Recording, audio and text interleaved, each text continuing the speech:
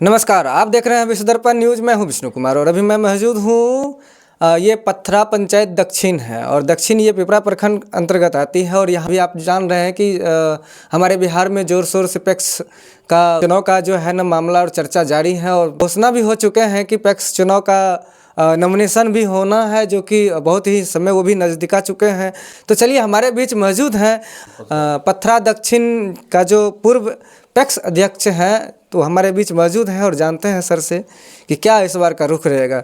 स्वागत है सर मेरे चैनल में आपका। सबसे पहले पथरा दक्षिण के सभी मतदाताओं को मेरा प्रणाम, आदाब, सलाम जी। सर एक चीज़ बताइए, सबसे पहले सर नाम क्या आप अपना थोड़ा सा बता देंगे सर? मेरा नाम नीतीश कुमार, पूर्व पैक्स अध्यक्ष, पथरा दक्षिण, प्रखंड पिपरा, जिला सुपौल।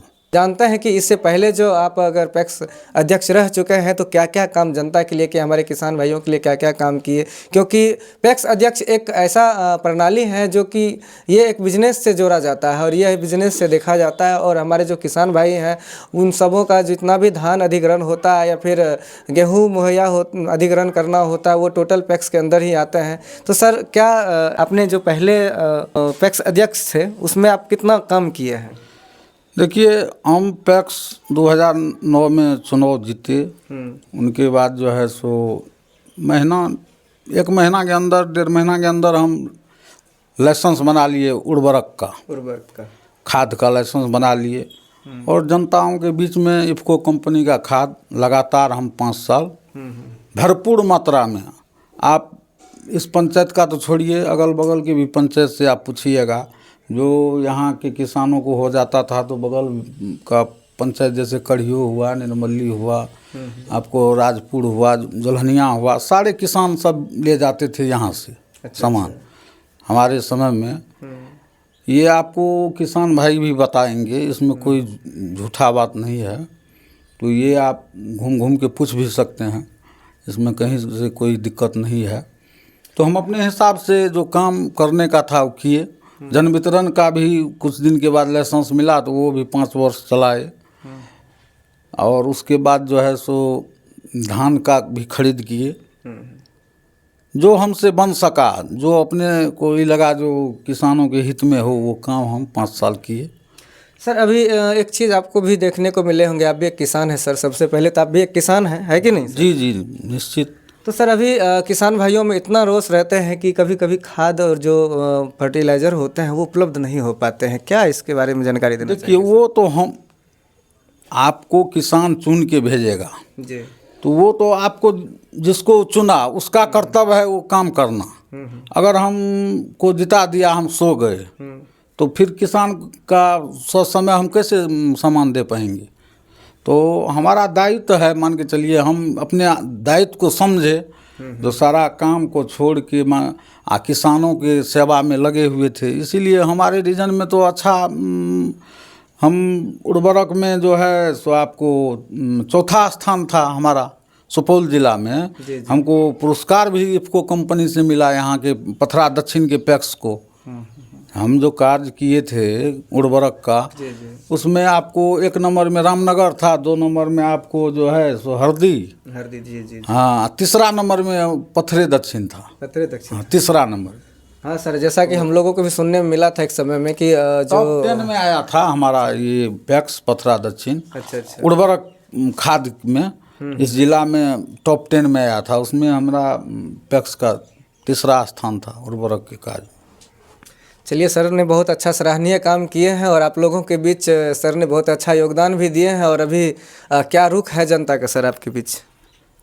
देखिए, जनता तो किसान त्रस्त है, वो कहता है आप आइए। हमको तो इस बार मन भी नहीं था खड़ा हूँ, लेकिन किसान के दबाव के कारण हम पुनः क्षेत्र में आ रहे हैं। क्योंकि लोग को एक बार मान के चलिए धोखा हो जाता है तो अंतरात्मा टूट जाता है। जो इतना अच्छा काम किए उसके बावजूद भी जनता निगलेक्ट किया।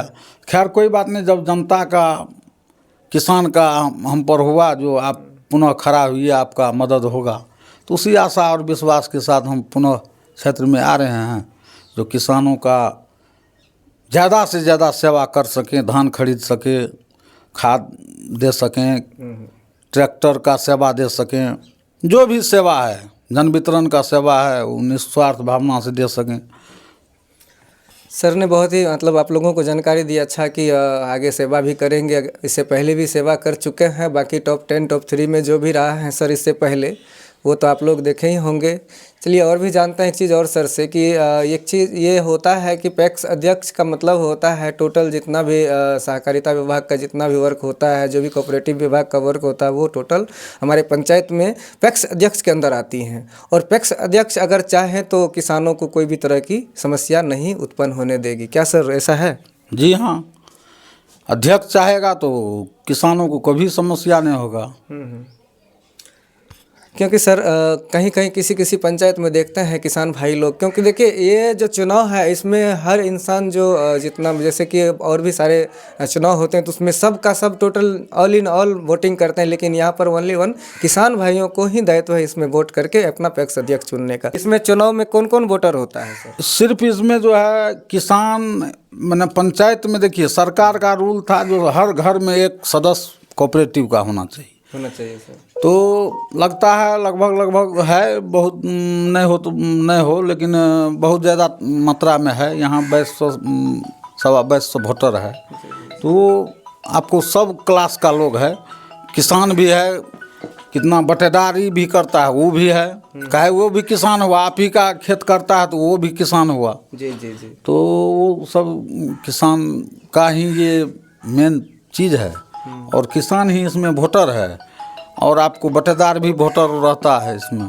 जैसे कि रैयत और गैर रैयत, रैयत जो होते हैं वो निजी ज़मीन वाले होते हैं, जिसे गैर रैयत बोलते हैं, उसे कहते हैं बटेदार हमारे यहाँ बिहार में।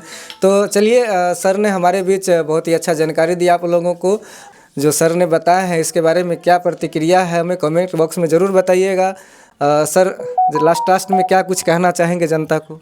जनता को यही कहना चाहते हैं, यहाँ के किसान भाइयों को, युवा भाइयों को, जो एक बार मौका दीजिए और पुनः जो है अपना पथरा दक्षिण का भविष्य को उज्जवल हमारे हाथों से करवाइए, हमारे मेहनत से करवाइए। हर समय आपके कदमों में कदम से कदम मिलाने का हम प्रयास जारी रखेंगे। चलिए हमारे बीच नीतीश कुमार सर थे और जो इससे पूर्व पैक्स अध्यक्ष, और हमने इनसे बातचीत किए। तो सर बहुत बहुत धन्यवाद। फिर किसी अपडेट में, तब तक के लिए जय हिंद जय भारत।